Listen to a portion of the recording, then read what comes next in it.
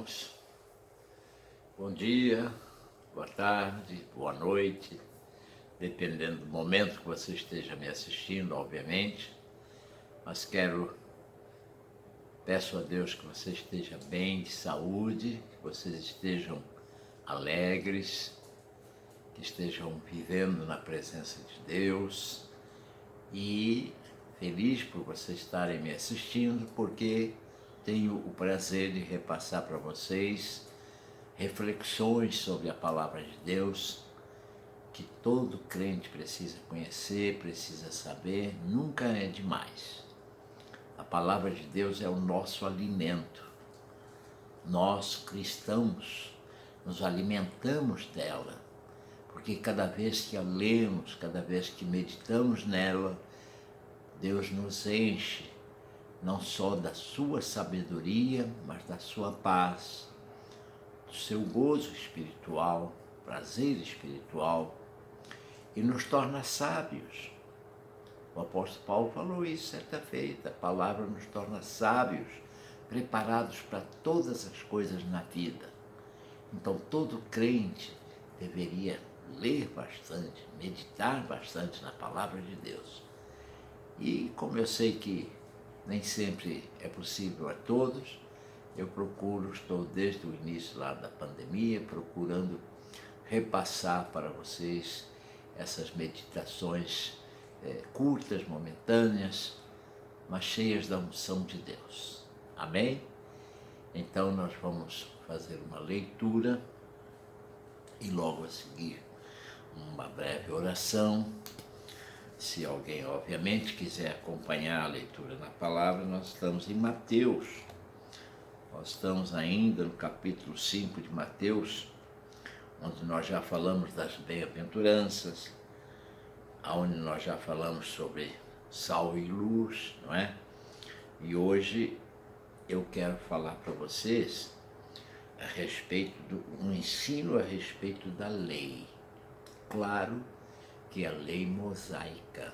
Nós estamos falando das leis atuais do governo físico, do governo atual, as quais são para ser respeitadas, obviamente. Mas eu vou ler para vocês do versículo 17 até ao 20, portanto, apenas 4 versículos, que dizem assim. Isso, obviamente, é Jesus falando. Não pensem que vim revogar a lei ou os profetas. Não vim para revogar, mas para cumprir.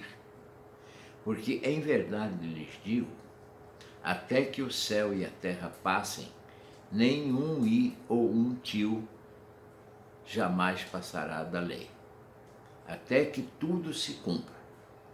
Aquele, pois, que desrespeitar um desses mandamentos, ainda que dos menores, e ensinar os outros a fazer o mesmo, será considerado mínimo no reino dos céus.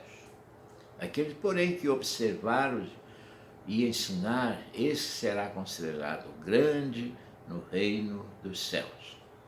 Porque eu afirmo que se a justiça de vocês não exceder em muito a dos escribas e fariseus, jamais entrarão no reino dos céus. Somente até aí, feche os seus olhos, medite em Deus agora e oremos ao Senhor. Querido Deus e eterno Pai, mais uma vez, Senhor, nos voltamos a Ti em oração, louvando e bendizendo o Teu nome, te agradecendo, Senhor, pelo dia de hoje, por todas as bênçãos que nos tens concedido, pelos livramentos, pela paz, pela saúde, pela alegria, pela família, pelo lar, pelo trabalho, pelo sustento, tudo, enfim, Senhor, que tens feito chegar até nós te somos gratos por isso, Senhor. E agora, Pai, te agradecemos por esse momento propício para meditar na Tua palavra. E pedimos desde já, Senhor, que a unção do Teu Espírito seja não apenas sobre mim para falar, mas sobre os Teus filhinhos que estão do outro lado, para ouvir a Tua voz, para que possam ser cheios da tua graça e do teu Espírito. Enche-nos, Senhor, nesta hora, para abençoar e ser abençoados. Possamos compreender o teu querer para as nossas vidas. Para isso, mais uma vez, nos consagramos a ti, para que tu nos uses segundo o teu querer. E em nome de Jesus, amém e amém. Então, queridos, perdão, nós estamos aos poucos repassando para vocês a maioria dos ensinamentos do Sermão do Monte. Obviamente que nós temos aqui que considerar que quando Jesus iniciou seu ministério, e isso aqui foi logo a seguir ao início do seu ministério, ele estava falando num país hebreu, estava falando aos judeus. Ele não estava falando ainda propriamente dito aos crentes, falando aos que já haviam se convertido a ele, como é o caso dos discípulos, que futuramente seriam seus apóstolos, e todos mais, a multidão que o seguia, etc, etc, etc, mas não existia ainda implantado oficialmente, veja bem, a religião cristã. Estava no seu início. Cristo estava dando início a tudo. E quando ele então enviou o seu Espírito sobre os seus discípulos lá em Jerusalém, no dia do Pentecostes, ali ficou sacramentado, propriamente dito, o início da igreja oficialmente falando. Porque agora Jesus já não estava em corpo físico com eles, mas pelo Espírito repassava a eles tudo o que queria. E a igreja começou a crescer muito a partir dali. Então veja bem o que ele diz nessa palavra. Ele diz: não pensem que vim revogar a lei ou os profetas. Não vim para revogar, mas para a cumprir. Veja bem, ele não veio revogar, ou seja, tirar a existência da lei, ou tirar aquilo que os profetas haviam dito. Não.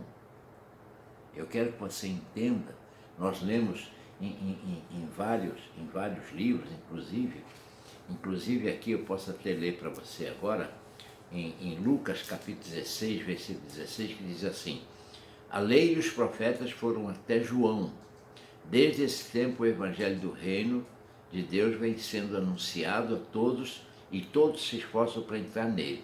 O que está dizendo lá, que ele não veio para revogar a lei, está dizendo que não veio para anular o que estava escrito antes e que já estava se cumprindo. Ele veio para cumprir a lei. Porém, o ofício de profeta, você pode compreender isso, ali estava sendo encerrado em João, o ofício de profeta, não a profecia. Podem compreender isso? Então ele diz assim aqui, ó: a lei e os profetas foram até João. Que lei é essa? A lei mosaica. Podem compreender isso?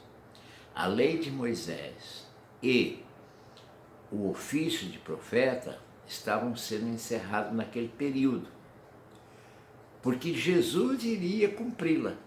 Sabe quando é que Jesus cumpriu a lei? Ao morrer na cruz do Calvário por nós. Ele cumpriu a lei. Podem compreender isso? Então, a lei para nós agora é ensinamento, sim, mas temos algo mais para saber além da lei mosaica. Ele não revogou, ele não disse que não existe mais, existiu. E existe ainda para nossos ensinamentos, para nosso conhecimento, porque a lei aponta para Cristo. A lei mostra o pecado ao homem. Como é que você pode aceitar Cristo se ele não foi enviado e mostrado já no período da lei que ele viria? Foi enviado como Messias. Podem compreender isso? Então veja bem, a lei e os profetas se encerraram ali. Por quê? Porque Jesus o estava cumprindo. Jesus é o cumprimento da lei, é o fechamento da lei mosaica, no bom sentido da palavra. Não deixa de existir, seus ensinamentos estão lá até hoje para nós. Então vamos continuar para você entender melhor. Porque em verdade lhes digo, até que o céu e a terra passem, nenhum i ou um tio jamais passará da lei, até que tudo se cumpra. Só que ele falou isso aqui e já estavam se cumprindo. Quase tudo ali a respeito da lei de Moisés para Israel, quase tudo estava se cumprindo. Aquele, pois, que desrespeitaram destes mandamentos, ainda que dos menores, e ensinar os outros a fazer o mesmo, será considerado mínimo no reino dos céus. Nós não podemos discriminar ou desvalorizar a lei. Eu digo lá na igreja, e repito para vocês, que o nosso modus vivendi, ou seja, a nossa maneira de viver, a nossa prática de vida é baseada no Novo Testamento. Mas eu sempre disse, o Velho Testamento ainda é válido. Podem compreender isso? Aprendemos muito no Velho Testamento. E é o Velho Testamento que aponta para o Novo.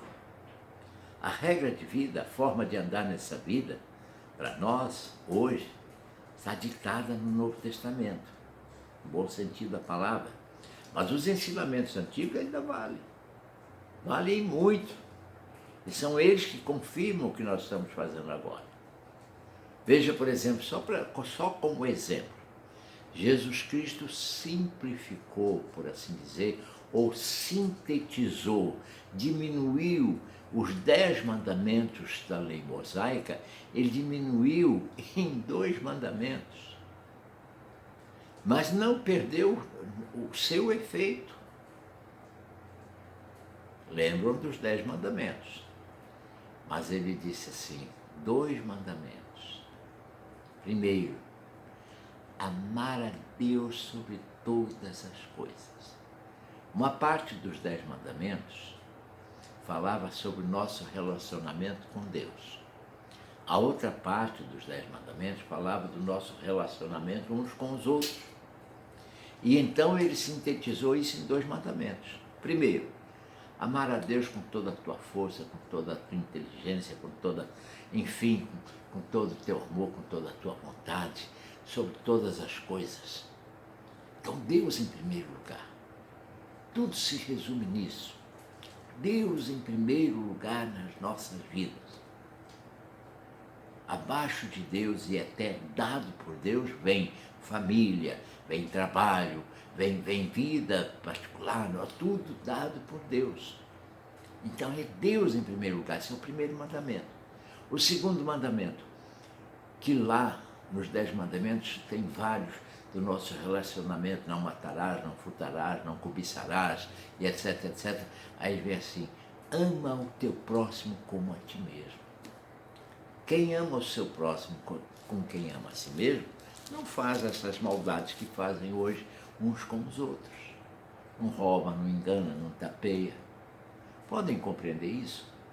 Então aqueles 10 mandamentos, de certa forma, veja bem, Jesus os sintetizou em 2 mandamentos, que abrange tudo que diz naqueles 10 mandamentos. E assim é também a lei. A vida que Jesus nos ensina a viver, ela preenche, ela abrange tudo que está naqueles 10, no Velho Testamento, tudo que está na lei. E Jesus, quando entregou a sua vida na cruz, quando morreu por nós, ele cumpriu a lei. Podem compreender isso? Tanto que, a partir dali, não mais Deus aceita holocaustos, animais mortos, tudo isso acabou.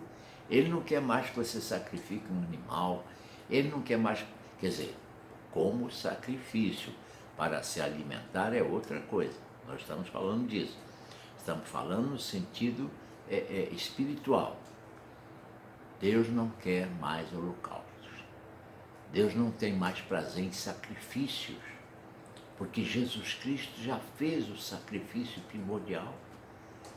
Jesus Cristo já morreu na cruz por nós.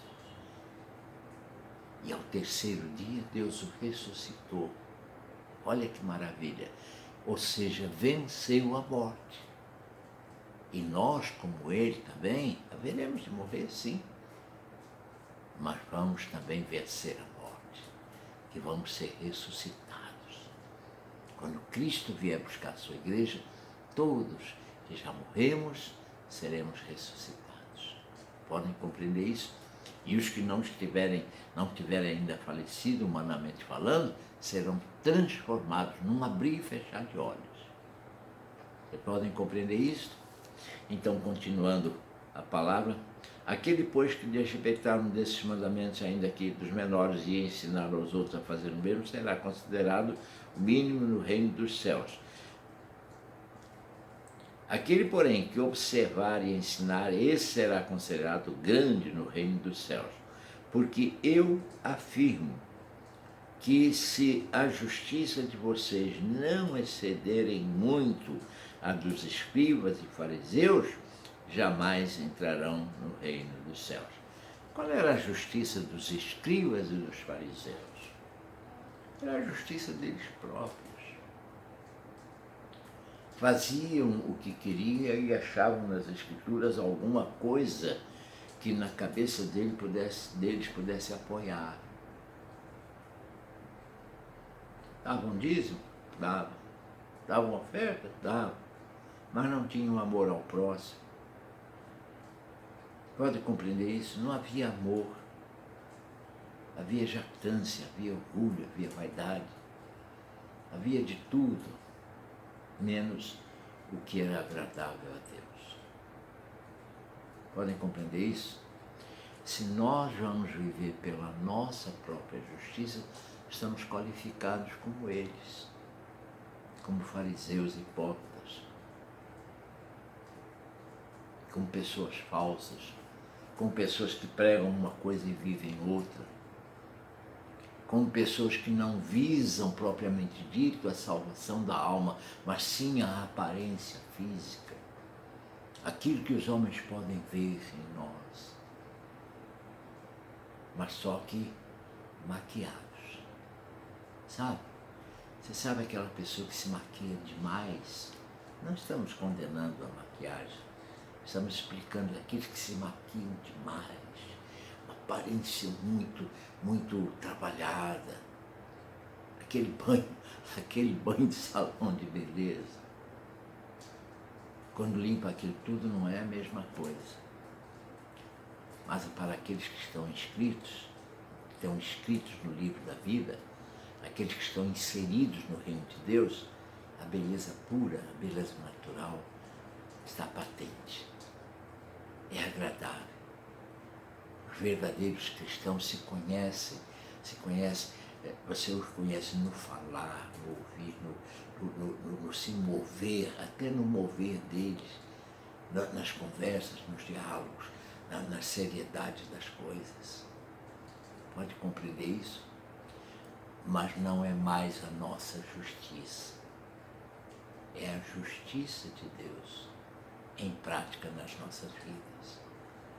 Porque Cristo, ao morrer na cruz do Calvário, veja bem, nos libertou das trevas, do pecado e nos justificou diante de Deus.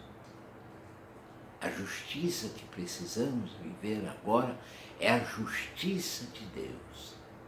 É essa que deve estar em nossas vidas. Ser santo, consagrar a nossa vida, santificar a nossa vida, mesmo às custas, às vezes, de prejuízo nosso, fisicamente falando. Mas estamos plantando no reino dos céus. Estamos fazendo aquilo que realmente agrada ao nosso Pai. A justiça própria era a justiça dos fariseus. Podem compreender isso? É o que eles achavam que era certo. E procuravam coisas para se justificarem. Mas Jesus não ensinou isso. Jesus ensinou você a amar ao próximo, ensinou a você que quando alguém te chama para andar 1 milha, você anda 2 com ele, ou seja, quando alguém pede a você um sacrifício para o abençoar, para o ajudar de alguma forma que você possa, você vai além daquilo. Nós sofremos por essas pessoas. Você pode compreender isso? Eu estou com a minha vida consagrada a Deus para o ministério há 30 e tantos anos. Desde 88. Desde novembro de 88. Eu podia estar passeando, viajando, tirando férias. Tem 15 anos que eu não tiro férias. Não estou me queixando. Estou comentando com você.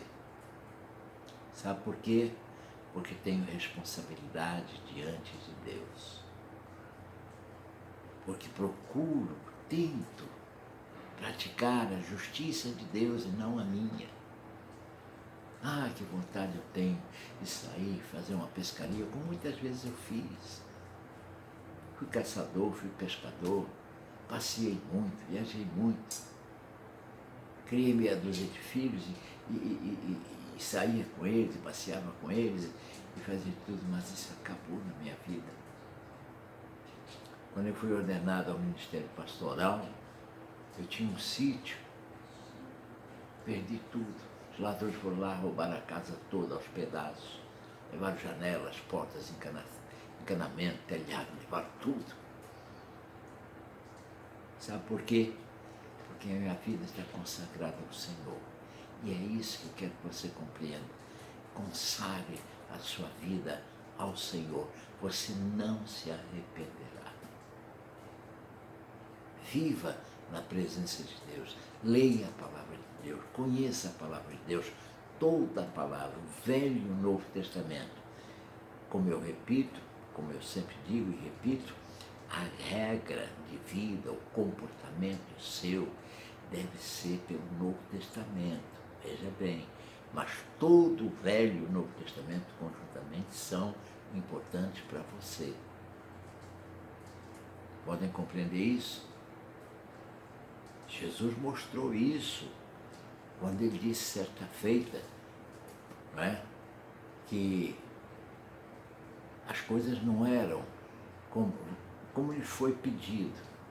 Por exemplo, que em certas circunstâncias você podia ou mandar a mulher embora, casar com outra, essa coisa toda.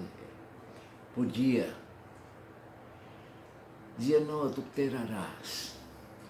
Agora é diferente. Só em você olhar com intenção de adultério, você já está pecando. Pode compreender? Na lei, você não podia praticar. Mas agora, na lei de Cristo, você não deve nem pensar nessas coisas. Tire da sua cabeça toda a maldade. Seja sexual, seja econômica, meter a mão na coisa dos outros, no dinheiro dos outros, seja criminal, esbofetear, provocar os outros, tal. Tire isso tudo da sua cabeça. Você agora é um crente, é um servo de Deus, é um cristão, melhor dizendo, é um servo de Deus, fiel a Deus, e quem é fiel a Deus é fiel a Jesus Cristo, é fiel à sua palavra, é fiel à sua igreja, é fiel à sua ideologia. Então compreenda isso, você é um cristão.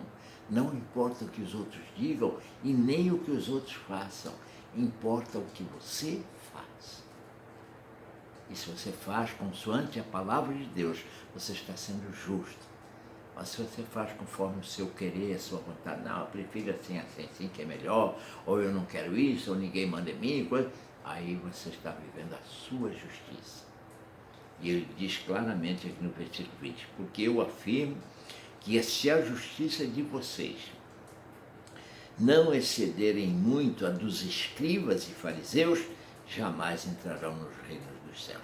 Nós não vamos entrar no reino dos céus praticando a nossa justiça, ou seja, praticando o nosso querer, praticando o nosso eu. Por isso que Jesus disse: quem deseja vir após mim, ou seja, quem deseja me seguir,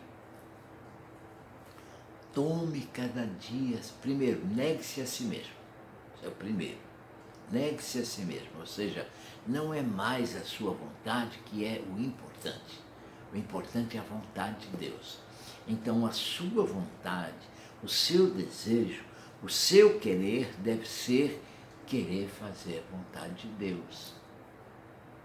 Preze por isso. Renuncie à sua vontade. Então ele diz: quer vir após mim? Renuncie-se a si mesmo. Tome cada dia a sua cruz. Sabe o que é isso? É a cada dia você assumir que é um cristão e que vai seguir a Cristo naquele dia e que vai fazer a vontade de Deus naquele dia. É isso que é tomar a cruz. Não é o ir trabalhar, isso é a minha cruz, é o sacrifício. Cuidar de um filho especial, o meu filho é a minha cruz.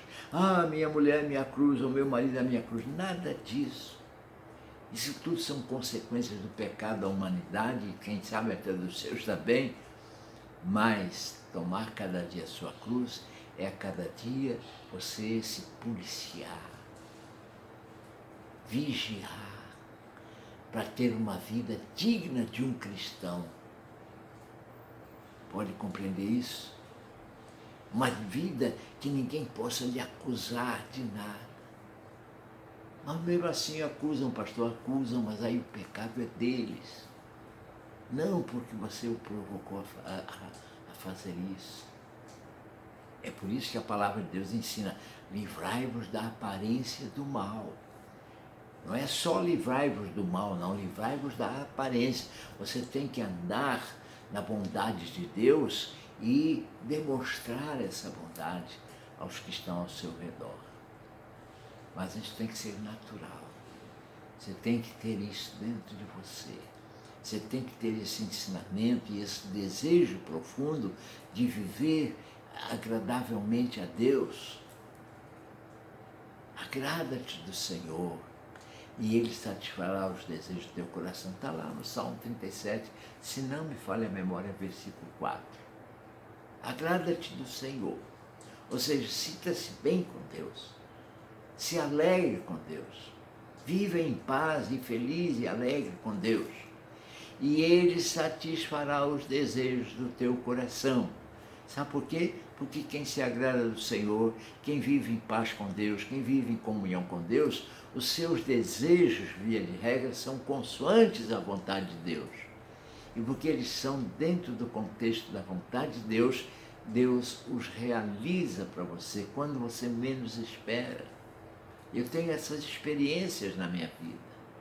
E todo verdadeiro cristão passa por isso, tenho certeza. Não sou só eu.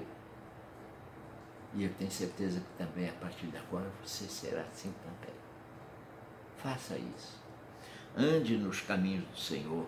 Faça a vontade de Deus. Entregue o seu coração ao Senhor.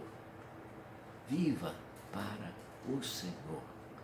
Obedeça a sua palavra. E Deus te abençoará. Você crê nisso? Ore comigo agora, para encerrarmos. Feche os seus olhos onde você estiver e eleve a Deus os seus pensamentos. Querido Deus e amado Pai, obrigado, Senhor, por essa oportunidade de falar aos teus filhinhos. E onde quer que eles estejam, Senhor, sejam cheios da tua graça. Pai querido, trabalha com o teu Espírito na vida de cada um. Cada um possa compreender a sua responsabilidade de ser realmente um cristão, porque isto é o levar a nossa cruz. Eles possam compreender que o teu fardo é leve e que o teu jugo é suave. É leve e suave, porque nós fazemos com amor. É aí que ele se torna leve e suave. Porque tu não desejas nos pressionar a nada. Pelo contrário, tu convidas. A palavra diz que tu bates a porta. E se alguém abrir a porta, tu entrarás e cearás com ele, ou seja, ficarás à vontade com ele. Farás com ele uma longa amizade para a eternidade, porque és o nosso Salvador e o nosso Senhor. Pai Santo e bendito, abençoa a tua igreja, espalhada pela face da terra, mas obviamente também Jardim América, Jardim Primavera, todos sejam ricamente abençoados por ti, Senhor. Que a tua graça abranja todos os teus filhinhos, Senhor, e que eles se sintam guardados e abençoados por ti, Senhor. Que os seus dias sejam cheios do teu favor, da tua graça. Livra-os do mal, dirige-os com teu Santo Espírito e acampa os teus anjos ao seu redor para os guardar e os livrar. Dá-lhes saúde, paz e alegria e abençoa-os, Senhor, com as multiformes bênçãos que tu tens para nos dar. E que isso seja tudo para o louvor da tua glória. Te peço, te agradeço em nome de Jesus, e que a graça do teu Filho Jesus, e que o teu amor e a comunhão com o teu Santo Espírito esteja na vida de cada um dos teus filhinhos. É o que eu te peço em nome de Jesus. Diga comigo, amém e amém.